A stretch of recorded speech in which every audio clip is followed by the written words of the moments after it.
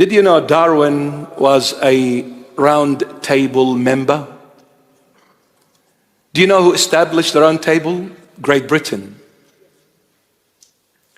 Do you know those members, they were all atheists to the core, with one intention: to abolish Christianity. Not any other religion, Christianity. Because Satan is after Christ. Why would he waste his time with others? He overcame all except Jesus. He was put to shame when Jesus showed up.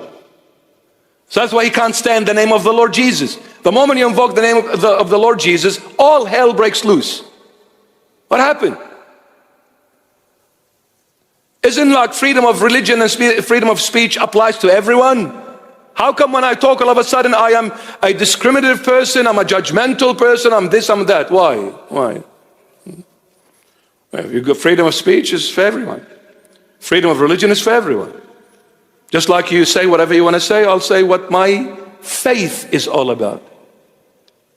But Satan, now he just ate the hottest pepper of India, Calcutta.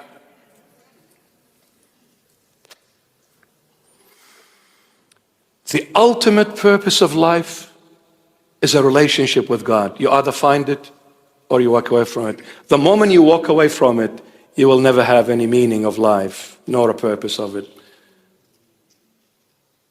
And some people end up calling themselves an it. Somebody said he was a cat or something in a school. Was that in Melbourne? Huh? Sydney. Very good. No, well, they came home now. Incredible. Well, that was at a school, wasn't it?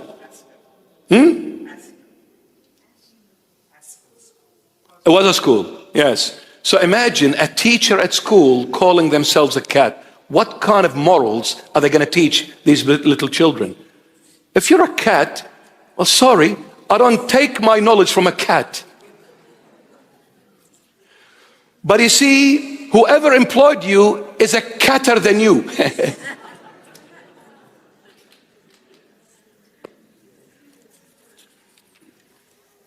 Well, if you're a cat, go to the cat's kingdom and teach them. Why are you coming to the human kingdom? It's only logic. I'm not judging. You're saying you're a cat, well, stick with cats. But you see what happens when you lose track of what life is all about, a relationship with God. You ignore God, you walk away from God, you can end up anything and everything but a dignified human being. Because dignity and identity is given to the human being from God, the Creator, not anyone else. Not governments, not anyone else. It is God alone, my beloveds. I'll finish it with this. Archbishop William Temple puts worship in the following beautiful passage. He sums it up, what worship is all about. He says, worship is the submission of all of our nature to God. It is the quickening of the conscience by His holiness, nourishment of mind by His truth, purifying of imagination by His beauty, opening of the heart to His love, and submission of will to His purpose. All of this gathered up in adoration is the greatest expression of worship. Incredible. I'll read it again, it's beautiful. Worship is the submission of all of our nature to God.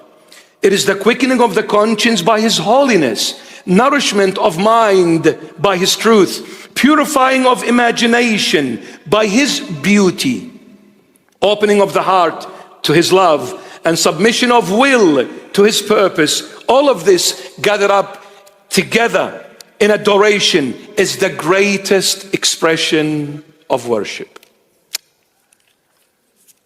Away with you, Satan. You need to come with proskeneo, prostrate before God, your head, put it before his feet, and you need to come with latria, with hands, servicing. You need to service God. You need to serve him, serving God. This is the true worship.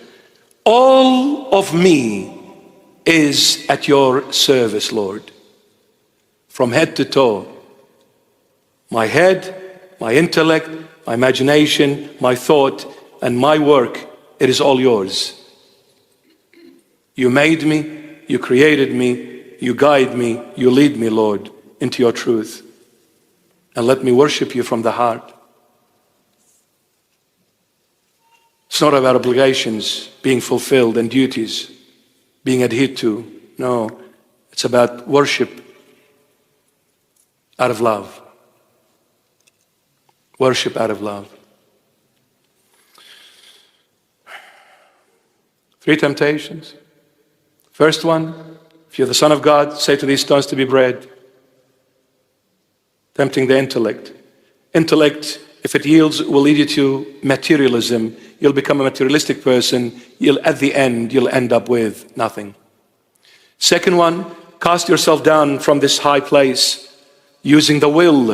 And if you allow the will to control you outside of God's circle, it will lead you to utilitarianism, meaning you will use God for your own personal benefits. God becomes an employee working for you rather than you working for him.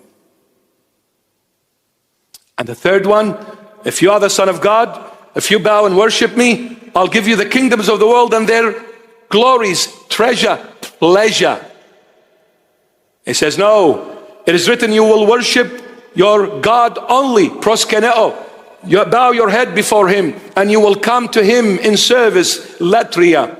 Serve him from the heart and give him all of you. This is the only way you will be able to worship God. It is not by giving you certain benefits and fulfilling your certain needs, allowing you to be, to follow me. Because the Lord fed those thousands in the wilderness. He fed them out of 2 fishes and 5 loaves of bread. They came running after him. They said, we want to make you a king over us. Because if you're the king, we will never be in need anymore.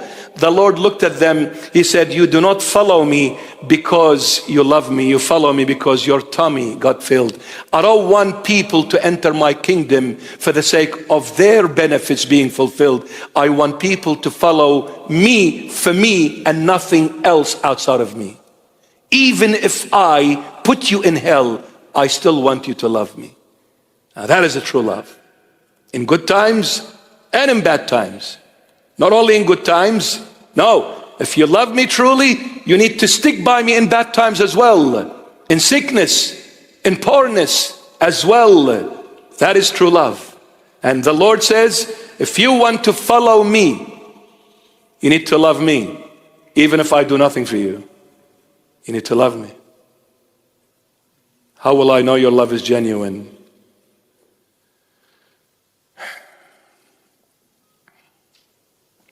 Can I leave you with this? I'm so sorry. Sometimes I hear people say, like, I feel cold, I feel miserable, I feel empty. That's why I don't want to go to church, I don't want to pray. The only time I will pray is when the Lord fills me up with his love and his warmth and all the beautiful things. Let me tell you one thing, a little secret to share with you. Did you know when you pray to the Lord Jesus in your most miserable times, it is the most powerful prayer given to Christ, even if you felt nothing, meant nothing, lived nothing. It is the most powerful prayer the Lord expects you to give him. And I'll tell you why. Imagine this with me. I say to you, I'll meet you at Parramatta Westfield Shopping Center. It's a very hot Sydney summer day.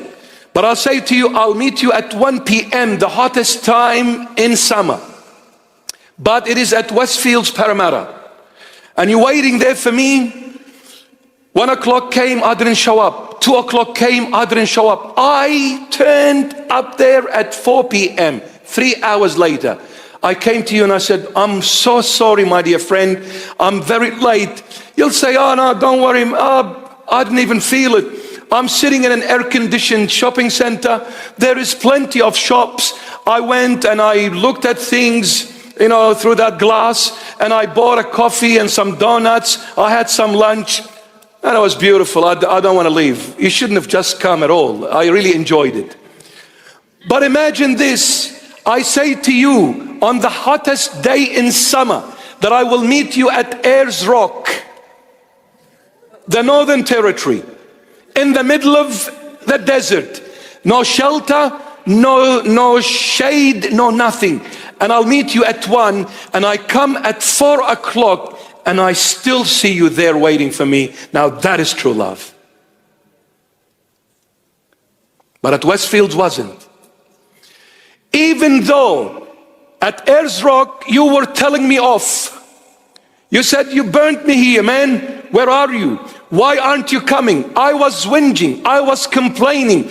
I was desperate. I was absolutely lost, confused, chaotic, everything you name it. Miserable. Felt nothing but the heat of the sun, the trials of Satan hitting on my head. But I decided to hang in there till the end.